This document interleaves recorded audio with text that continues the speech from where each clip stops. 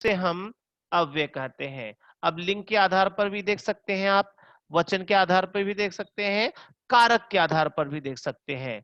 तो लिंग मतलब चाहे मेल और फीमेल, वचन एक वचन या अनेक वचन के हिसाब से। हाँ, रिकॉर्डिंग चालू है, डोंट वरी। कारक, कारक देखो, ने, को, से, में, के लिए, के द्वारा, काकी, के, रारी, रे, ये सब कारक है। इनको भी आप बदल के देख सकते हैं, स्क्रीन पे आपको दिया हुआ है।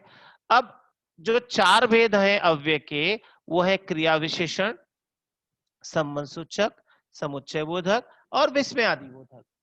अब ये चारों के बारे में हमने दो पढ़ा है, फिर भी हम दोनों को फटाफट देख लेते हैं। क्रिया विशेषण, जिसको आप इंग्लिश में एडवर्ब कहते हो, और ये क्रिया की विशेषता बताता है, इसीलिए इसकी परिभाषा क्या होती है, क्रिया की विशेषता बताने वाले शब्द को क्रिया विशेषण अव्यय कहते हैं। जैसे बैलगाड़ी धीरे धीरे चलती है, तो इसमें क्रिया कहां है, देखता हूं कौन बता पाता है फटाफट। बैलगाड़ी धीरे धीरे चलती, इसमें क्रिया कहां है, कम ऑन फास्ट। अरे वाह, वेरी गुड ओमकार। अच्छा, नहीं श्रेया, धीरे धीरे नहीं है। चलने की विशेषता क्या है? यस ध्रुवी, रेस हैंड मत करो, सीधा मैसेज करके बता दिया करो। मैं एनी टाइम मैसेज रीड कर रहा हूं ना, तो आप लोग मैसेज करके बता सकते हो मुझे, डोंट वरी। तो चलने की विशेषता क्या, कैसे चलती है बैलगाड़ी, धीरे धीरे चलती है। मतलब क्रिया की विशेषता क्या है, धीरे धीरे। चलने की विशेषता क्या है, धीरे धीरे। ठीक है, अब और आगे आपको बताता हूं। क्रिया विशेषण में क्रिया की विशेषता चार प्रकार से बताता है। कैसे, देख लीजिए। क्रिया कब हुई, क्रिया कहां हुई, क्रिया कैसे हुई, और क्रिया कितनी हुई। मतलब जब आप पूछोगे कब, तो आपको मिलेगा टाइम। आप पूछोगे कहां, तो आपको उत्तर मिलेगा प्लेस। आप पूछोगे कैसे, तो आपको उत्तर मिलेगा मैनर। और जब आप पूछोगे कितना या कितनी, तो आपको उत्तर में आएगा क्वांटिटी या परिमाण। तो काल, स्थान, रीत, परिमाण। क्या जरूरत क्या है इसकी, मतलब हमको पढ़ना इसलिए है क्योंकि जब आप टाइम पूछोगे तो जो आंसर में आएगा वो क्रिया विशेषण होगा, जो प्लेस में आएगा वो क्रिया विशेषण होगा, जो मैनर बताएगा वो भी क्रिया विशेषण होगा, जो क्वांटिटी बताएगा वो भी क्रिया विशेषण होगा। फॉर एग्जाम्पल, पिताजी कल चले गए, कब चले गए, कल। तो कल क्या हो गया, क्रिया विशेषण। वह बाहर खेल रहा है, कहां खेल रहा है, बाहर। तो बाहर क्या हो गया, क्रिया विशेषण हो गया। राम तेज दौड़ता है, कैसे दौड़ता है, तेज। तो तेज क्या हो गया, क्रिया विशेषण। बच्चा बहुत रोया, कितना रोया, बहुत। तो बहुत क्या हो गया, क्रिया विशेषण हो गया।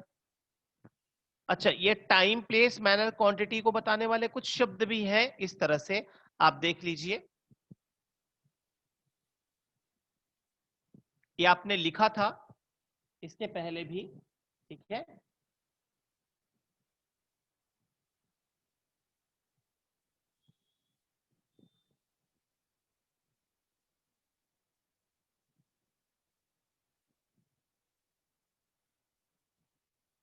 एक सेकंड, हाँ स्क्रीन हट गया गलती से, माय मिस्टेक।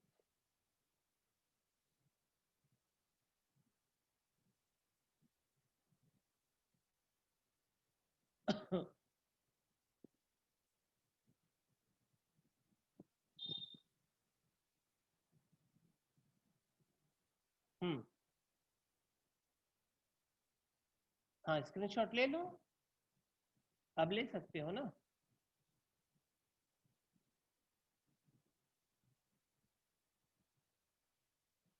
हाँ हाँ, स्क्रीनशॉट ले लो, नो प्रॉब्लम।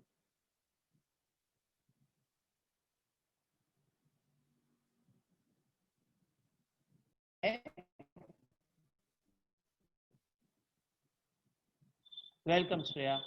अब क्रिया विशेषण अव्यय को पहचानने के लिए हम वाक्य प्रयोग देखते हैं। वाक्य प्रयोग में आपको शब्द दिया रहेगा, वाक्य में प्रयोग करना है, और फिर वाक्य दिया रहेगा, आपको पहचानना रहेगा। दोनों तरीके से देखते हैं। जैसे तुरंत एक शब्द है, तो बच्चे तुरंत चले गए, कब चले गए, तुरंत। अंदर, रमा अंदर सो रही है, कहां सो रही है? अंदर।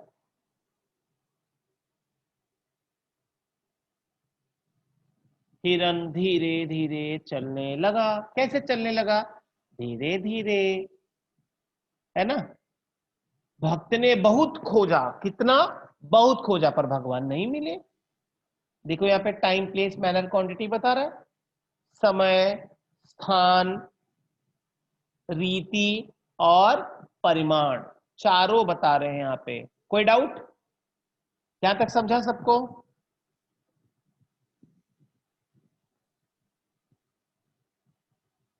अब आगे बढ़ते हैं संबंध सूचक में। संबंध सूचक में, संबंध सूचक अव्यय को हम इंग्लिश में कहते हैं प्रीपोजिशन। अब इसका डेफिनेशन क्या है? जिस अव्यय के द्वारा संज्ञा सर्वनाम का संबंध वाक्य दूसरे शब्दों के साथ क्या होता है? सूचित होता है, उसे हम संबंध सूचक अव्यय कहते हैं। फिर से समझ लेना, जिस अव्यय के द्वारा, या इसे हम और सरल करें, जिस अव्यय शब्द के द्वारा संज्ञा या सर्वनाम मतलब सब्जेक्ट का संबंध वाक्य दूसरे शब्दों के साथ सूचित होता है। मतलब जो वाक्य में ये आया, सब्जेक्ट आया है, कर्ता आया है, उसका संबंध वाक्य दूसरे शब्दों के साथ सूचित करता है। जैसे राधा पेड़ के पास खड़ी है, तो राधा और पेड़ के बीच का संबंध कौन बता रहा है? कम ऑन, कौन बता रहा है? अरे बाबा बोलो, वो मैसेज करो। के, ओके। पास, अरे क्या बात है ओमकार, आप एकदम फॉर्म में हो। पास, बिल्कुल सही जवाब दिया आपने, पास। नहीं तन्मय, के सिर्फ ना आपको सपोर्ट के लिए दिया हुआ है, मैंने बताया था। Okay okay okay. तो अभी के जो लोग बोले उनके लिए मैं थोड़ा और इजी कर देते। ये देखो, प्राय संबंध सूचक अव्यय शब्द के पहले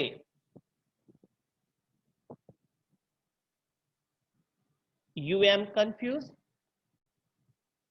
श्रेया, मैं समझा नहीं आप क्या बोल रही हो।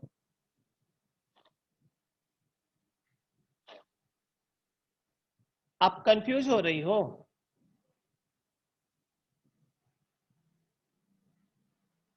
वाई? क्यों? क्यों कंफ्यूज हो रही हो? क्या डाउट आ रहा है? पूछो तो मैं आपको क्लियर कर देता हूं। मैं देखो, जो आपके डाउट है, अगर 10 सेकेंड आप पेशेंस रखोगे तो आपका क्लियर हो जाएगा बिना पूछे। खाली 10 सेकेंड रुक जाओ।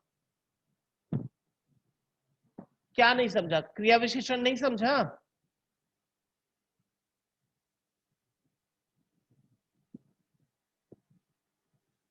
क्रिया विशेषण नहीं समझा या संबंध सूचक नहीं समझा? हाँ तो ये रुको ना, अभी तो मैं पूरा समझाया भी नहीं हूं बेटा, थोड़ा तो रुको ना,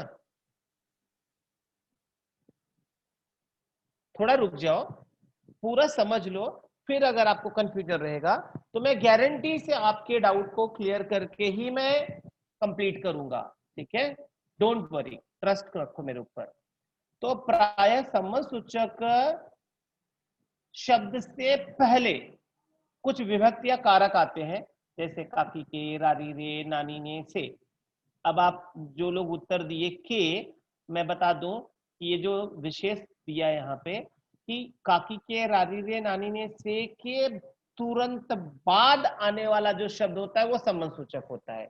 बट अगर आप इतने आसानी से पहचान लो कि वाक्य में आया हुआ वह शब्द जो संबंध बताता है, एक दूसरे के बारे में बताता है, जैसे यहाँ पे पास दिया है, तो पास का मतलब नजदीक होता है ना, पास मतलब नजदीक। तो किसके पास? पेड़ के पास। कौन? राधा। तो राधा और पेड़ के बीच नजदीकी बताने वाला शब्द है पास, इसीलिए पास क्या है? संबंध सूचक है। अब और देखते हैं एग्जांपल, जिससे आपको और पता चलेगा कि दो शब्दों के बीच का संबंध कौन बता रहा है। ये काकी की, ये तो खाली सपोर्ट के लिए है। बाकी देखो, जैसे तुम्हारे सिवा मेरा कोई नहीं है। अब आपको वाक्य में ये ढूंढना है कि संबंध कौन बता रहा है। तुम्हारे सिवा मेरा मतलब तुम्हारे और मेरा। वेरी गुड सिमर, समझा ना। श्रेया आप भी बोलो, गलत होगा तो मैं आपको बताऊंगा, बट अगर आप कंफ्यूज हो रही हो तो आपको जो भी सही लग रहा है वो बोलो आप। सिवा, वेरी गुड। आशीष, एलिशा, बहुत अच्छा। रे नहीं है, रे तो बता रहा है कि ये विभक्ति और कारक है। देखो विभक्ति है ना, रे विभक्ति है। नहीं, कोई कैसे आएगा, कोई कैसे आपको लग रहा है। वो संबंध बता रहा है क्या? संबंध का मतलब एक दूसरे के बीच, अब जैसे तुम्हारे मेरा, तुम्हारे और मेरे बीच में कौन आया? सिवा। सिवा मतलब अलावा। अब यहाँ पे कहने का मीनिंग क्या निकल रहा है? तुम्हारे अलावा मेरा कोई नहीं है, मतलब मेरी जिंदगी में तुम्हारे अलावा कोई नहीं है। तो यहाँ पर सिवा क्या कर रहा है? तुम्हारे और मेरा का संबंध बता रहा है, ऐसे समझो आप। हाँ मेरे सिवा। चलो और एग्जांपल देखते हैं, देखो और अफसोस समझ के बताओ। वृक्ष के नीचे बहुत छाया थी। ओके, वेरी गुड, बहुत अच्छा, वेरी गुड। आया ना अभी समझ में श्रेया? नीचे, वृक्ष के नीचे, तो के नीचे लिखोगे तो भी सही है, नीचे लिखोगे तो भी सही है। चलो और एग्जांपल देखते हैं, समझ में आएगा। टेंशन नहीं लेने का, समझ में नहीं आएगा तो बार बार पूछने का, आएगा कैसे नहीं। कुछ और एग्जांपल देखते हैं, ये कुछ शब्द हैं इनके, आ जाओ। धन के बिना कोई नहीं पूछता। फटाफट बताओ, संबंध कौन बता रहा है? अरे वाह, क्या बात है, दिल खुश हो गया मेरा, सब सही बता रहे हैं, बहुत अच्छा, वेरी नाइस, धमाल हो गया आज तो। गर्मी के कारण बुरा हाल है।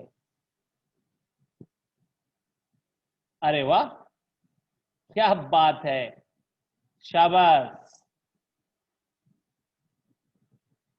गर्मी के कारण बुरा हाल है। चलो और एक एग्जांपल देखते हैं। कुएं के अंदर शेर दिखा। अरे वाह, क्या बात है, बहुत अच्छा जवाब दे रहे हो आप लोग। Yes Omkar, what happened?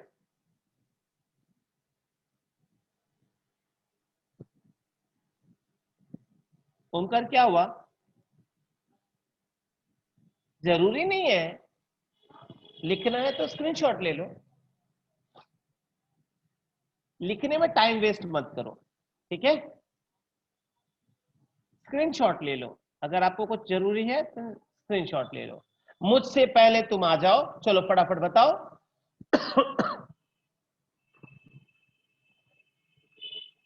क्या बात है, बहुत अच्छा। व्हाट हैपेंड सिद्धि? यहां पे लिख के बताओ ना।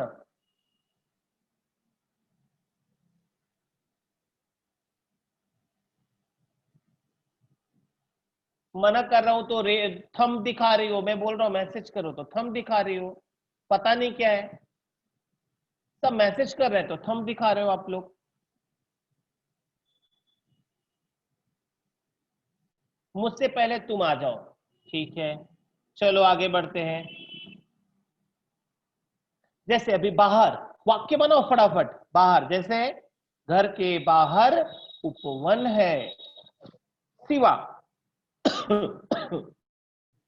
तुम्हारे सिवा यह काम और कौन करेगा? कारण, बेरोजगारी के कारण गरीबी बढ़ती है।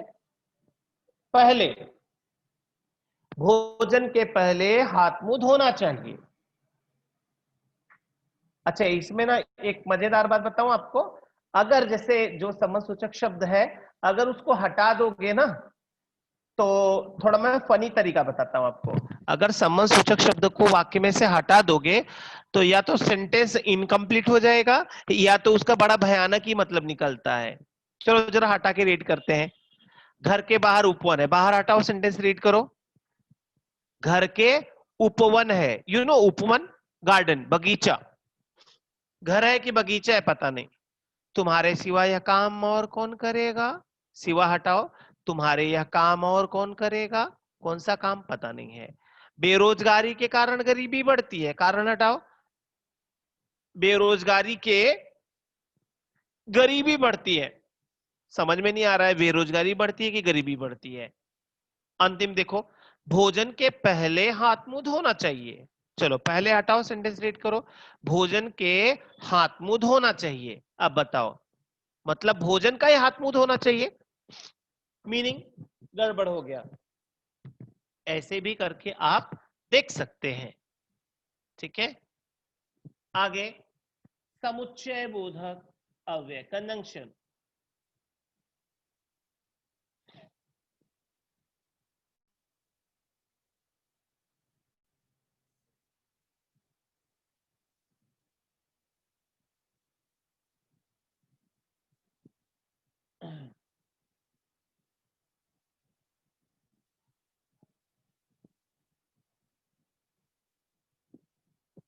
एक सेकेंड, हाँ।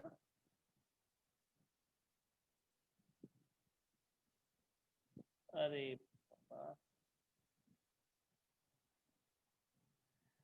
एक सेकेंड रुक जाओ, हाँ। क्या बीमारी है इसका।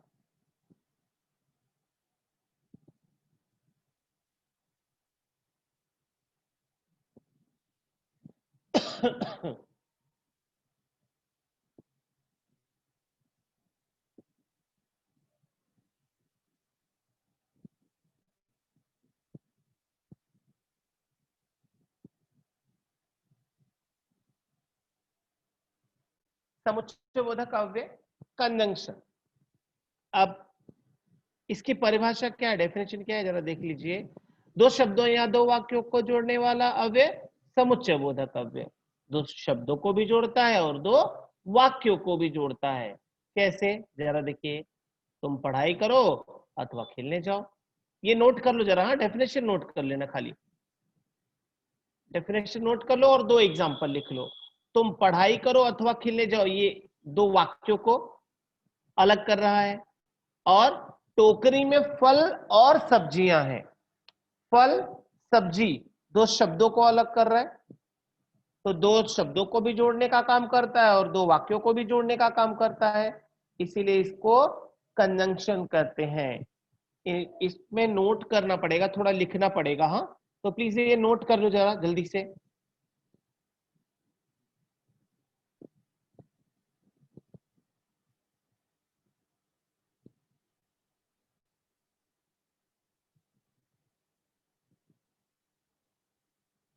लिख रहे हैं सब लोग।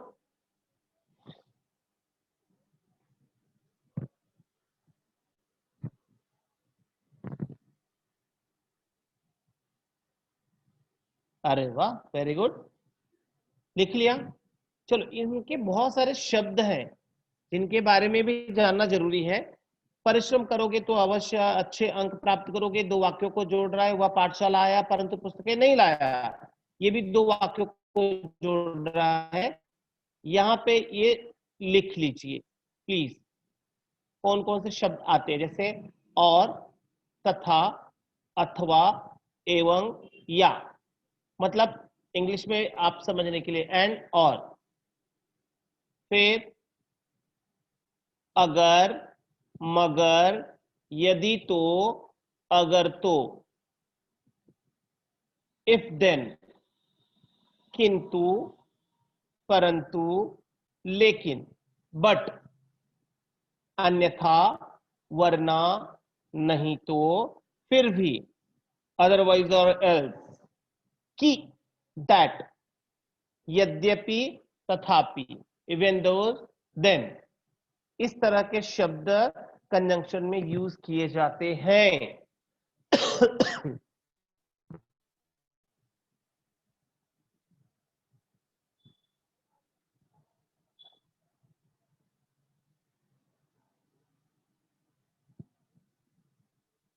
लिख लिया, ये इंपॉर्टेंट है इसलिए मैं बता रहा हूं।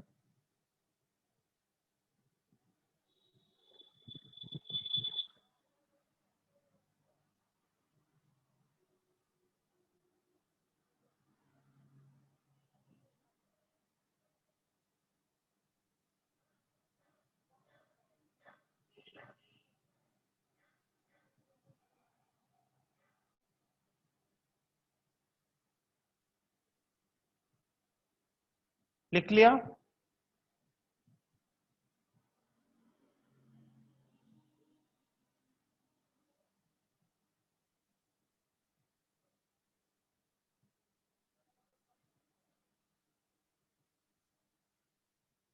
Yes students, done, good good, thank you. आगे बढ़े? श्रेया समझ में आ रहा है ना? जिनको भी थोड़ा भी कंफ्यूजन लगे तो बिंदास बोल दो, सर समझ में नहीं आ रहा है, बाकी की जिम्मेदारी मेरी। गुड, चलो आगे बढ़ते हैं, कुछ वाक्य देखते हैं। क्योंकि, बिकॉज वह इमारत गिर गई क्योंकि उसकी नींव कमजोर थी। लेकिन, बट, भगवान ने तुम्हें भी बुद्धि दी है लेकिन तुम इसका उपयोग नहीं करते। और एंड राम और लक्ष्मण वन गए। बल्कि, ये सेंटेंस लिख लेना, हाँ, बहुत मेहनत से आप लोगों के लिए बनाया है, बट आल्सो का। बच्चे केवल खेलते ही नहीं बल्कि पढ़ते भी हैं। जब मम्मी चिल्लाए ना कि पढ़ते नहीं हो, तो यही डायलॉग मारने का, बच्चे केवल खेलते नहीं बल्कि पढ़ते भी हैं। तो आपको ये याद भी रहेगा कि बल्कि का प्रयोग कहां पे होता है, क्योंकि ये ऐसा शब्द है थोड़ा कंफ्यूज करता है और जल्दी सेंटेंस याद नहीं आता है। इसके लिए कभी भी कुछ ऐसे कठिन शब्द मिले जिनका उपयोग होता है और उनका यूज कम होता है, तो उनको सेंटेंस में यूज करना चाहिए, ऐसे बातचीत में यूज करना चाहिए। उससे क्या होता है, वो आसान हो जाता है आपके लिए, याद करना आसान हो जाता है। एक बहुत सिंपल सा टेक्निक आपको बता रहा हूं ये। डन, लिख लिया?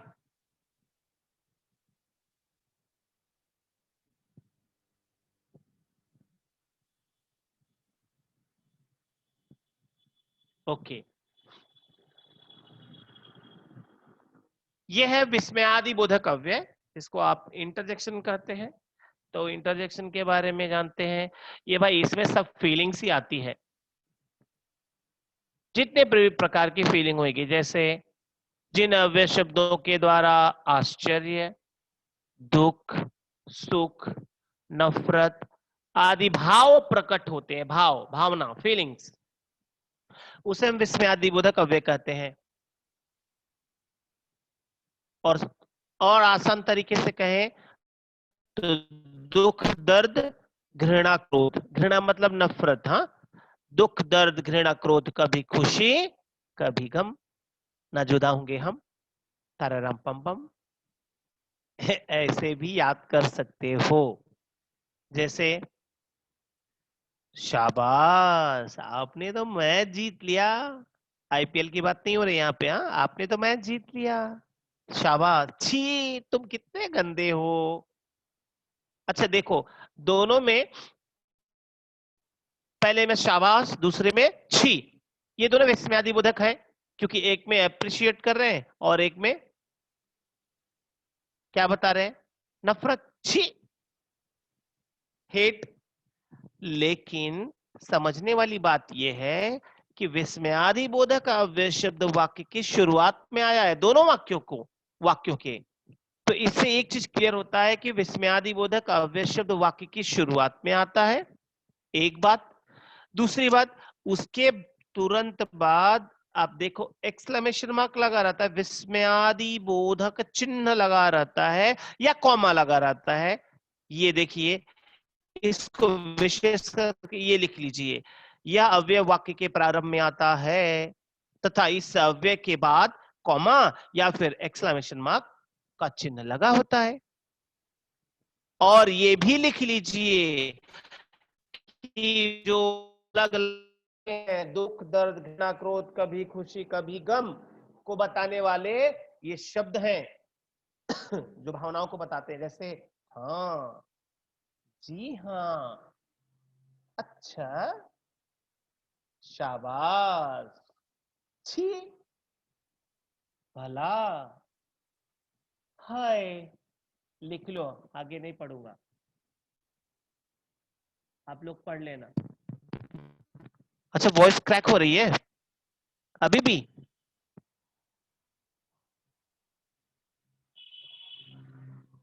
ओके ओके ओके ओके, ये इतना लिख लो बस। Okay, thank you. ये इतना लिख लो बस, क्योंकि ये विशेष है। अरे वाह आदिल, कमाल कर दिया, आप तो फटाफट लिख डाला। लिखे या फिर ऐसे स्क्रीनशॉट ले लिया?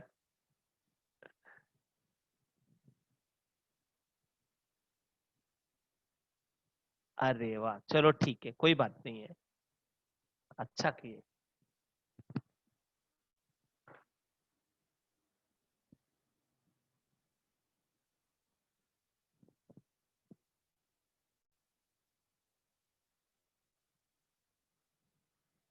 गुड। चलो फिर कुछ वाक्य भी देख ले, इनके वाक्य भी जान लेते हैं जरा। जैसे ये देखिए, अरे आप आ गए, शाबाश तुमने प्रथम स्थान पाया, छी तुम झूठ बोलते हो, हाय मैं मर गया, हे भगवान मेरी प्रार्थना सुनो, हाँ मैं जरूर आऊंगी। सेंटेंस है हाँ। आहा, कितना सुहावना मौसम है, उफ मैं तो तुमसे तंग आ गई। अच्छा, इस तरह से वाक्य बनते आप चाहिए तो स्क्रीनशॉट ले लो इसका।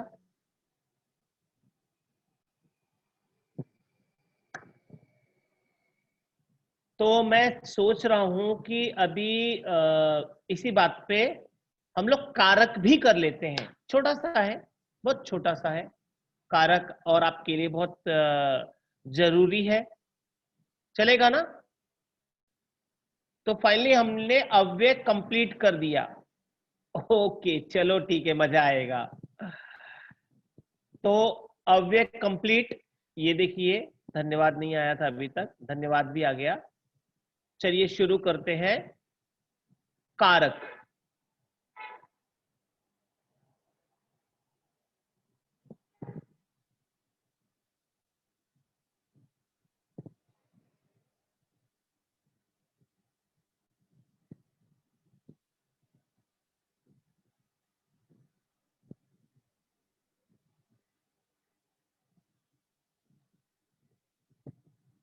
पता है पढ़ने में मजा तब आता है जब बच्चे अच्छे से पढ़ते हैं, और आप लोग इतना अच्छा पढ़ते हो ना कि मेरा मन नहीं करता है कि लेक्चर को खत्म करूं, इतना मजा आता है आप लोग को पढ़ाने में। ओके, दिख रहा है, स्क्रीन दिख रहा है?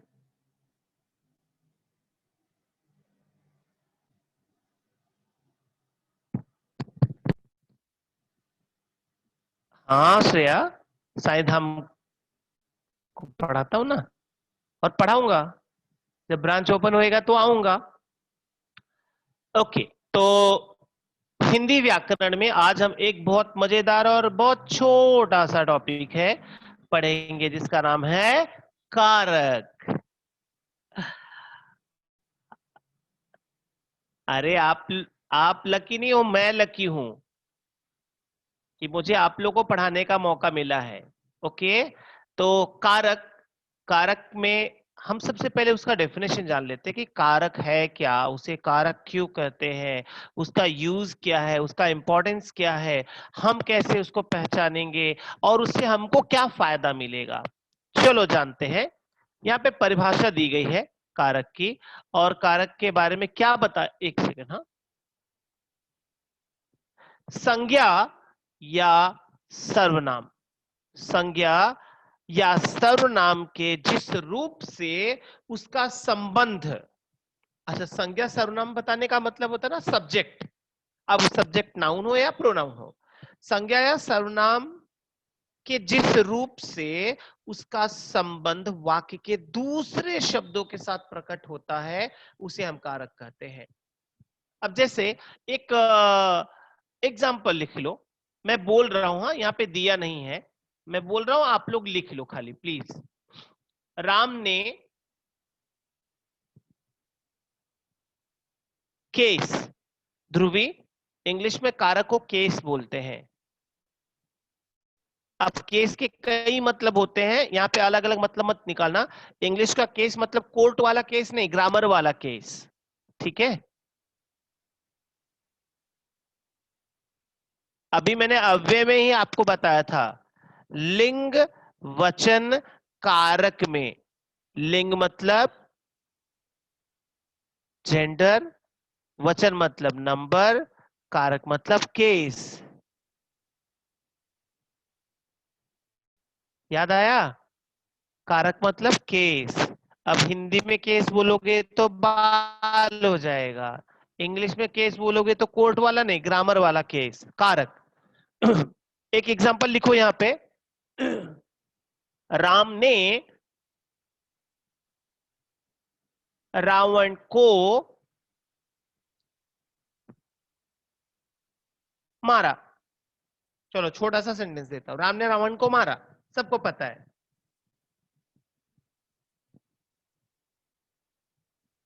ठीक है ना, सबको पता है राम ने रावण को मारा। लेकिन राम और रावण के बीच में दो शब्द है, ने और को। किसने? राम ने। किसको? राम, रावण को। तो ये ने और को क्या है पता है? यही कारक है। ये क्या कर रहे हैं? ये शब्दों को जोड़ने का काम करते हैं। Yes Shreya, very nice. ने और को दोनों क्या है? ये कारक है। अच्छा, ये मैंने जानबूझ के छोटा सा सेंटेंस दिया, चाहता तो मैं और बड़ा बना के दे देता, राम ने रावण को बाण से धर्म की रक्षा के लिए मारा। लेकिन वो समझ में नहीं आता, इसीलिए मैंने आपको छोटा सा बताया। अब आगे देखो, आपको और डिटेल में समझ में आएगा। ये कारक के भेद हैं, 8 भेद होते हैं, ठीक है। अब वो 8 भेद कौन कौन से हैं, ये देख लीजिए आप।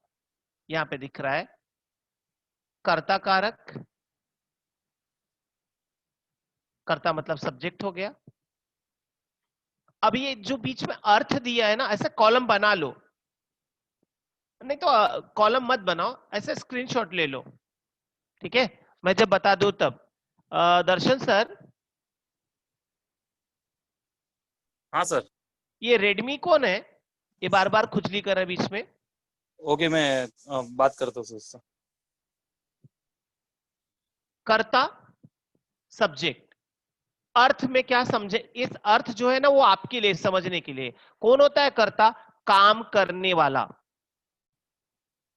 उसके लिए हम ने विभक्ति, विभक्ति या परसर्ग बोलते हैं। चाहिए तो उसके आगे ब्रैकेट में वहां पे लिख लेना, विभक्ति मतलब परसर्ग होता है। अब ये क्या होता है कि वाक्य में आपको कर्ता कर्म करण संप्रदान अपादान तो नहीं दिया रहेगा, आपको पहचानना किससे रहेगा? ने से। जैसे राम ने,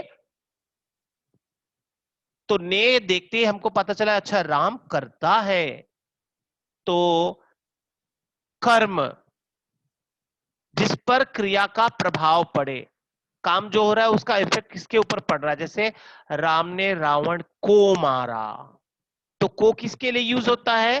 कर्म के लिए। किसको मारा? रावण को मारा, तो रावण कौन हो गया? वो कर्म हो गया। फिर राम ने रावण को बाण से मारा, तो करण, करण मतलब कारण, किस, कारण मतलब रीजन, कार्य के होने का कारण। जैसे माँ ने चाकू से फल काटा, किससे फल काटा? चाकू से। तो से क्या बता रहा है?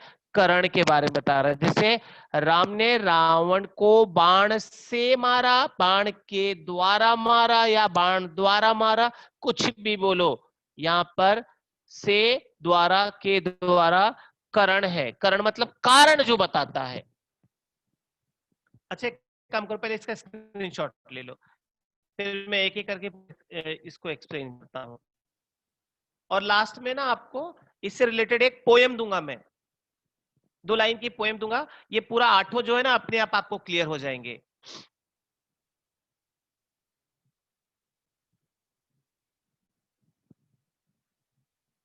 ले लिया स्क्रीनशॉट?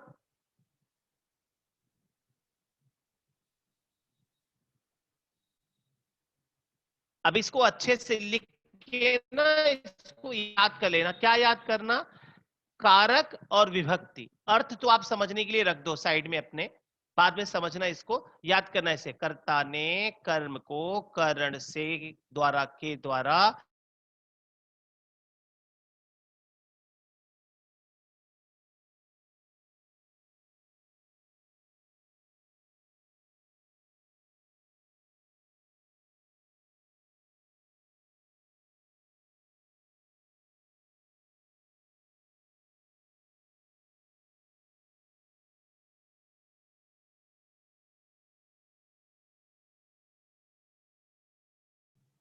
ओके स्टूडेंट्स, आज के लिए इतने हम लोग करते हैं।